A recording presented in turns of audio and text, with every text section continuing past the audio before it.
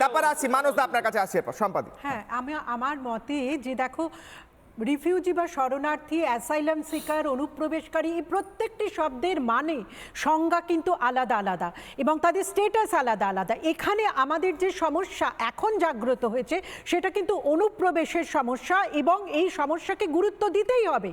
এটা আমরা প্রত্যেকেই জানি, এটা কোনো রাজনৈতিক স্ট্যান্ড পয়েন্ট থেকে মারামারির জায়গা নয়, কিন্তু এটা যে পশ্চিমবঙ্গের কাছে বড় চাপ, ভয়ঙ্কর একটা চাপ এবং সত্যিই আমাদের জনবিন্যাস বদলে যাচ্ছে, বিশেষত বর্ডার স্টেটগুলো যেগুলো আমরা প্রত্যক্ষ করছি সেখানে এটা তো ঘটনা। কিন্তু অনুপ্রবেশ বছরের পর বছর ঘটলেও সরকার যখন তাদের ভোটাধিকার দিয়ে দেয়, কোনো রকম মান্যতা ছাড়াই যখন তাদের ভোটাধিকার দিয়ে দেয়, তারা কাগজপত্র পেয়ে যায়। আমরা প্রত্যেকে জানি গত কয়েক বছর ধরে কোন নেক্সাসে 6,000 টাকায় 5,000 টাকায় তারা ভোটাধিকার পেয়ে গেছে এবং কাগজপত্র তৈরি হয়ে গেছে। তার এটা কিন্তু কোনো দেশের ক্ষেত্রে হয় না।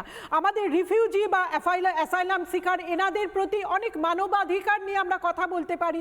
আমরাও এক সময় আমাদের পরিবারও ব্যক্তিগতভাবে স্বাধীনতার সময়কালে চলে এসেছিলেন বাংলাদেশ ছেড়ে, এরকম আমরা অসংখ্য মানুষ রয়েছি।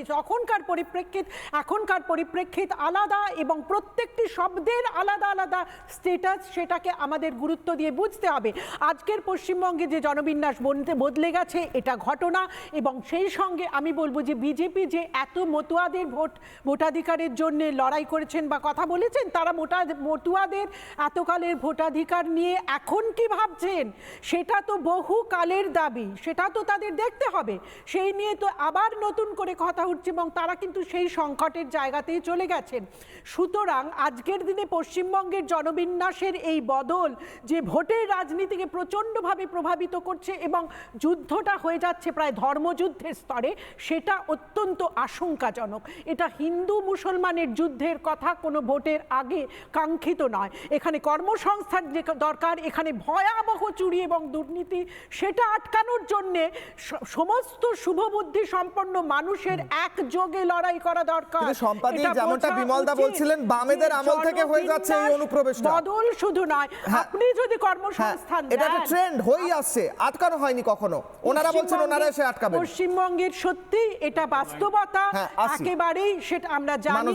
আমরা সত্যিই জানি যে গেদে লোকাল ধরে এখানে এসে বাজার বিক্রি করে আবার ফিরে যান বাংলাদেশে, এরকম অসংখ্য ঘটনা প্রায় প্রতিদিন ঘটে। প্রত্যেকটা তারা তো আমাদের ভাতের থালা টান মারছে দিদি।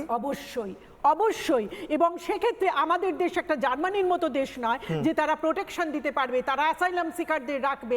আমাদের নিজেদের যে জনসংখ্যার চাপ, জনসংখ্যার বিস্ফোরণ, সেক্ষেত্রে অবশ্যই সরকারকে একটা প্রপার ম্যাপিং করতে হবে, যেটার জন্য আমাদের দরকার ছিল সেন্সাস করা।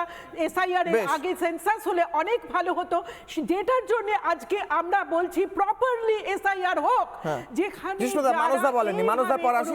করে আছেন তাদের চিহ্নিত করা হোক, চিহ্নিত করে তারপর সরকার। এক মিনিট, কিছুটা বলছে, এক সেকেন্ড। বাম আমলের একটা ঘটনা বলি, দ্রুত।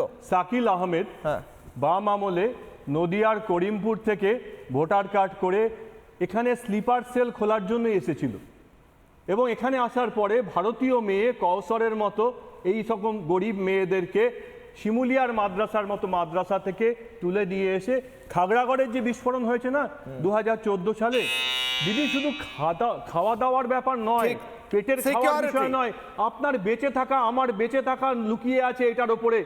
যদি জাতীয় নিরাপত্তাটা আপনি ভুলে যান তাহলে আপনার আগামী প্রজন্মের জন্য আপনি অনেক বড় ক্ষতি করে যাচ্ছেন। এখান থেকে অধীর রঞ্জন চৌধুরীর একটা বক্তব্য শোনানো প্রয়োজন, তারপর যাচ্ছি মানুষদার কাছে। নানা ধরনের কন্টেন্ট দেখার জন্য লাইক করুন, শেয়ার করুন আমাদের ফেসবুক পেজ, সাবস্ক্রাইব করুন আমাদের ইউটিউব চ্যানেল। পাশাপাশি অন্যান্য ব্রেকিং নিউজের জন্য অবশ্যই চোখ রাখুন রিপাবলিক বাংলায়।